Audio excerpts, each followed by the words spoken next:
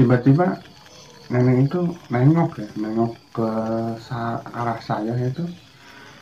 Dia sambil menyeringai ya, bukan tertawa sih, lebih ke arah menyeringai gitu ya, menyeringai gitu. Jadi pokoknya serem, saya melihatnya serem gitu. Setelah itu nggak lama ya, nenek itu langsung menghilang dan saya melihat jelas menghilangnya seperti itu. Jadi menghilang gitu.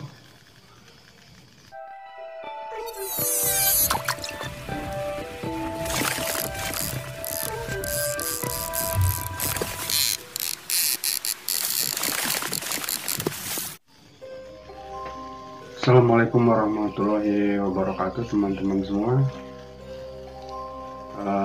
Pada kesempatan kali ini saya tidak mancing ya, karena dikarenakan malam hari. Dan saya teringat dulu sekali saya adalah seorang mancing malam ya. Jadi saya suka sekali pergi mancing malam hari.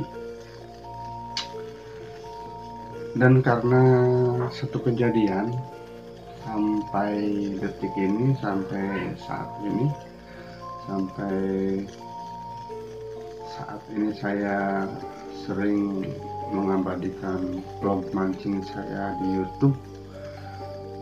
Saya belum pernah berangkat mancing malam lagi, dikarenakan ada satu kejadian ya teman-teman semua. Kejadian dimana menurut saya ini hal yang di luar nalar seperti itu. Jadi ceritanya begini ya teman-teman semua. Sekitar tahun 2014-an, waktu itu saya sempat bekerja di sebuah kantor perkreditan ya. Dan saya bekerja sebagai analis kredit atau surveyor. Dan pada saat itu saya sangat hobi sekali mancing malam teman-teman. Dikarenakan kalau siang hari saya sibuk dengan pekerjaan saya, maka saya suka mancing malam hari.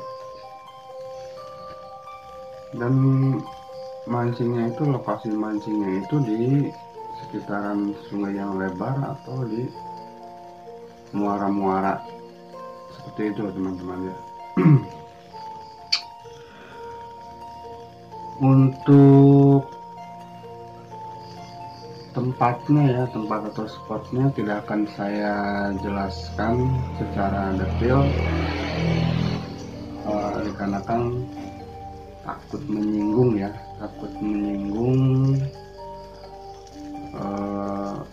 nama tempat tersebut. Jadi ceritanya begini, saya suka mancing malam, dan target mancing malam itu saya suka sekali mancing ikan mangrove jack atau kakap batu ya, atau yang biasa disebut dengan, kalau orang daerah sini nyebutnya itu ikan sepah dengan umpan udang hidup tentunya ya, karena saya mancing malam hari. Nah, berangkat mancingnya itu biasanya jam 5 ya, jam 5 sore saya udah berangkat menuju spot lokasi mancing. Dan ini saya gambarkan sedikit ya. Jadi lokasi mancingnya ini jadi muara di aliran sungai yang lebar menuju ke lautan, menuju ke laut. Dan spot itu dekat dengan bandara ya, dekat dengan bandara. Jadi kalau mau mancing itu, perjalanan mancing dari tempat saya ke spot tersebut itu memakan waktu sekitar 15 menit. Nah, kenapa saya suka sekali mancing di spot itu? Karena dari pengalaman saya mancing waktu itu di spot itulah yang selalu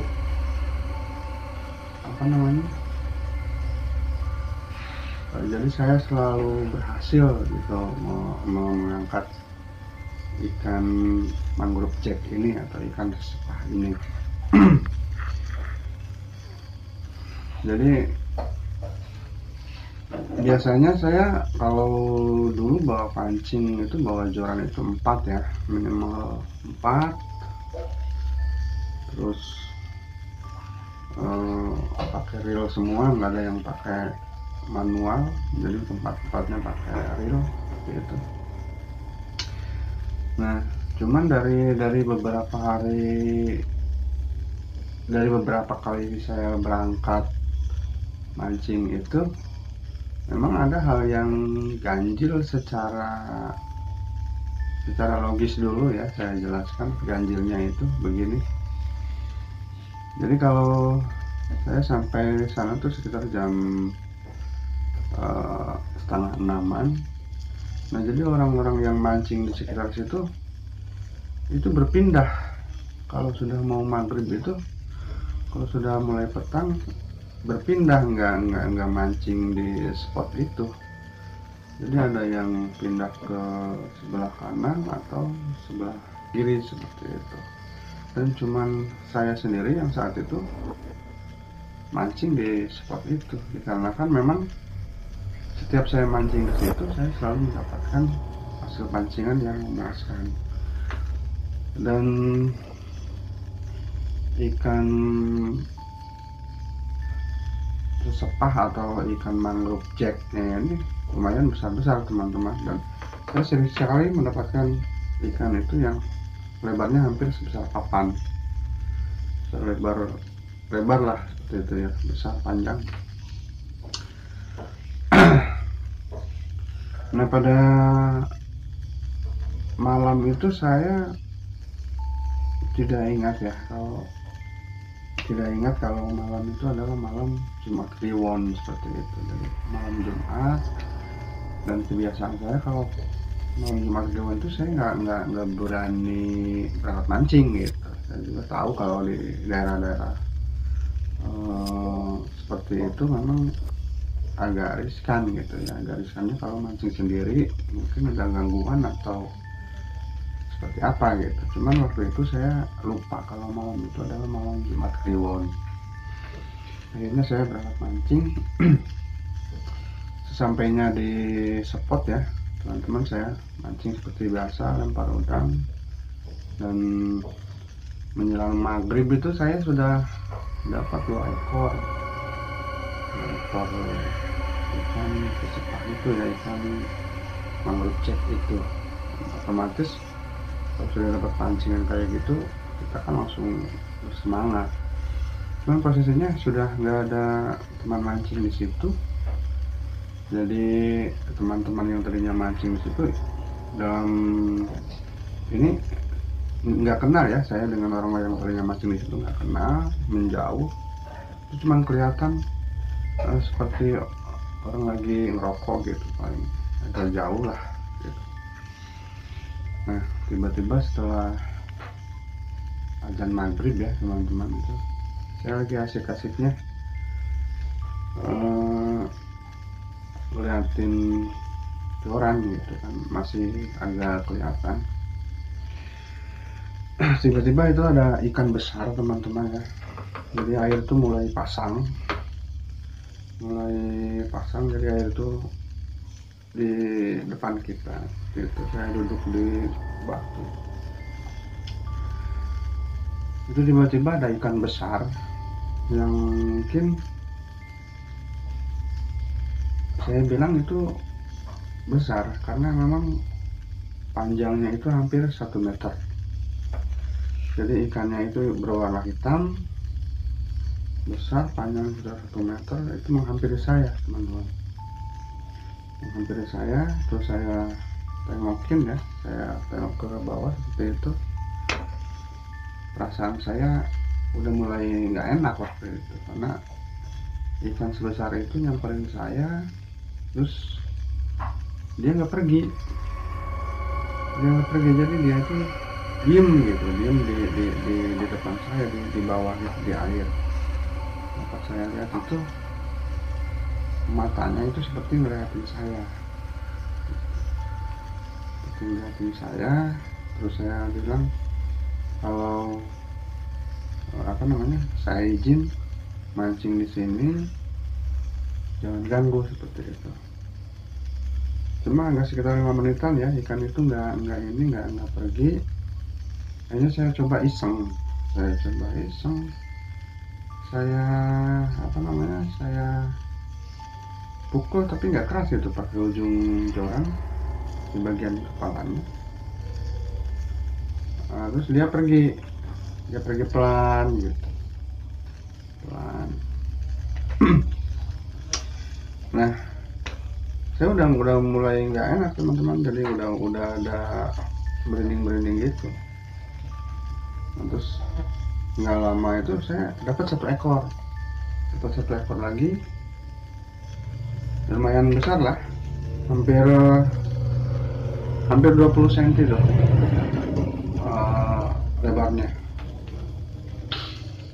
Udah gitu nggak lama ya, itu karena spotnya itu kan jalannya cuma satu, jadi di belakang saya itu cuma ada satu jalan menuju ke tempat duduk saya, seperti itu. Sementara di sini banyak pohon, semak-semak, jadi kita nggak bisa lewat ke sana. Kita kalau mau pulang harus begai ke sini. Nah, mungkin bila ada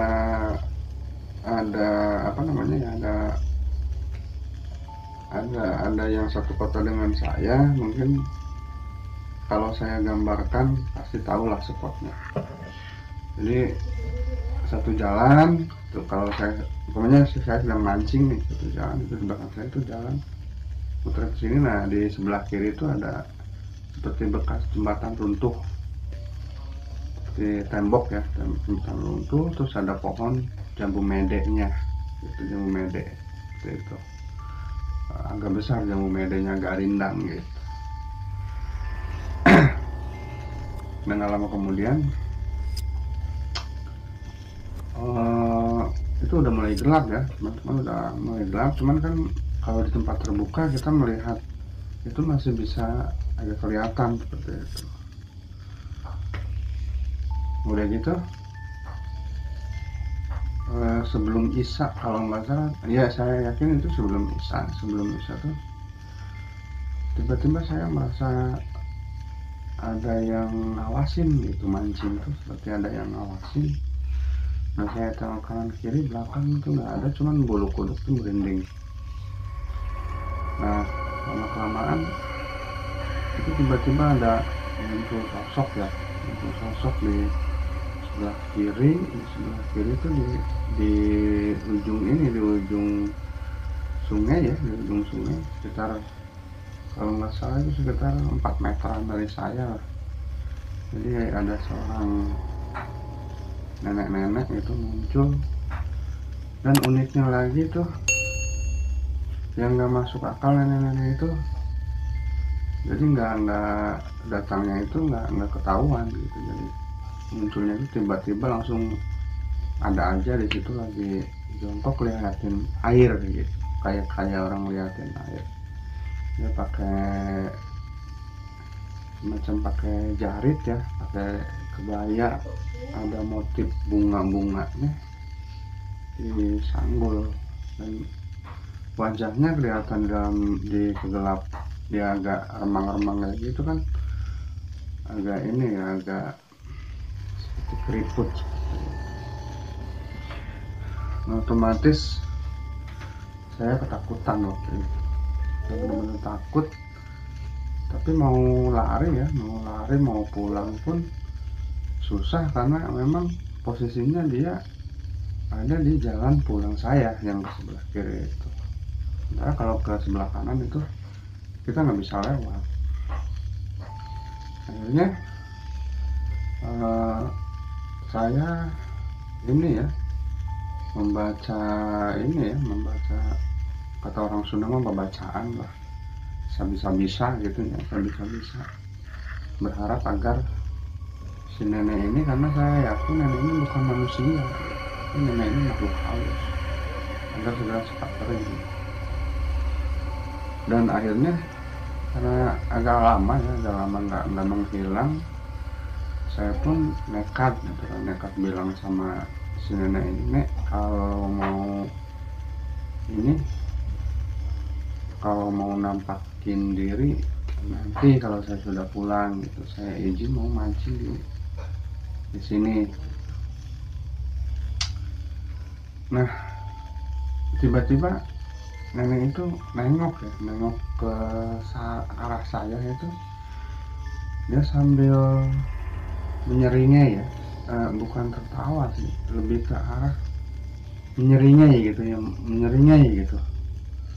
Jadi, pokoknya serem lah, saya melihatnya serem gitu. Setelah itu nggak lama ya, nenek itu langsung menghilang dan saya melihat jelas menghilangnya seperti itu. Jadi menghilang gitu, tiba-tiba menghilang. Itu sontak ya, saya itu udah nggak ingat lagi itu joran pasang semua 4. Saya gunting senarnya ya, talinya, jorannya saya dekat tanpa diberesin gitu ya. Terus kebetulan ikannya itu kan, saya bawa ikan itu langsung dimasukin ke wadah, tapi wadahnya itu di tas. Saya buru-buru pulang. Waktu itu ada yang ketinggalan bok pancing gitu, pancing sama kalau orang sini bilang itu pahul. Jadi pahul itu tempat menyimpan joran gitu, jadi ada pakunya, semacam bambu atau kayu, ada pakunya itu. Jadi joran itu dikaitkan, ujung itu pangkal jorannya itu di sini, jadi biar enak, biar nggak lepas gitu pas ada ditarik ikan. Udah gitu saya lari sekenceng-kencengnya, karena motor itu ada di atas. Begitu nyampe ke motor, saya langsung pergi dari tempat situ. Dan saya baru merapikan joran saya itu di area bandara, di pasar yang ada lampu itu. Pas saya beresin, dan sempat saya ada yang nanya, kalau bahasa Indonesianya itu, "Mas, kenapa kayak orang ketakutan, isi buru-buru?" Saya mancing di situ, saya cuma cerita mancing di situ gitu, tapi kok ada nenek-nenek gitu yang nemenin saya. "Oh Mas, kalau Masnya ini itu kan tempat angker," katanya gitu. "Lagian ini malam Jumat Kliwon." Nah, itu saya baru ingat kalau malam itu memang malam Jumat Kliwon seperti itu. Nah, keesokan harinya ya teman-teman semua, pas saya ada rasa saya pulang ke rumah. Itu saya datang masuk ke rumah itu, istri nanya gitu kan, kenapa Mas, kayak orang ketakutan?" Saya nggak bisa ngomong, posisinya saya benar-benar takut gitu ya, benar-benar takutan. Jadi saya seperti orang bingung gitu, seperti mimpi. Pada saat itu saya belum benar-benar menyadari bahwa kejadian tersebut saya alami. Setelah dikasih air minum sama itu, saya baru bisa bisa pikiran saya baru bisa lega seperti itu. Nah, keesokan harinya saya ke sekitaran lokasi bertanya sama penduduk di situ, dan saya menemui orang yang dituakan di tempat itu di sekitaran lokasi bandara tersebut. Ternyata lokasi itu merupakan pintu gerbang ke alam lain seperti itu. Dan dari situ saya benar-benar merasa baru percaya seperti kalau memang tempat itu seperti itu, memiliki kisah seperti itu. Jadi ceritanya tempat itu adalah jalan masuk atau gerbang ke alam lain. Dan setelah kejadian itu, saya sampai saat ini dari tahun 2014 sampai sekarang 2021 belum pernah berangkat mancing malam. Itu bukan ada sih rasa sedikit trauma, rasa takut. Itu sepenggal cerita pengalaman saya mancing malam dan diganggu sama makhluk halus. Saya tidak berniat yang lain, saya cuman ingin menceritakan pengalaman saya pada saat mancing malam, dan itu pun dulu sekali tahun 2014 gitu. Oke, terima kasih yang sudah menyimak cerita saya mudah-mudahan menjadi sebuah peringatan bahwa kita itu kalau mancing harus hati-hati. Kalau bisa kalau mancing malam itu jangan sendirian, dan jangan lupa berdoa teman-teman kalau mau mancing itu, biar kita nggak digangguin makhluk halus yang lain seperti itu. Oke, terima kasih yang sudah menyimak cerita saya. Jangan lupa like, share, comment, and subscribe mudah-mudahan kalian semua ada dalam lindungan Tuhan Yang Maha Kuasa. Assalamualaikum warahmatullahi wabarakatuh.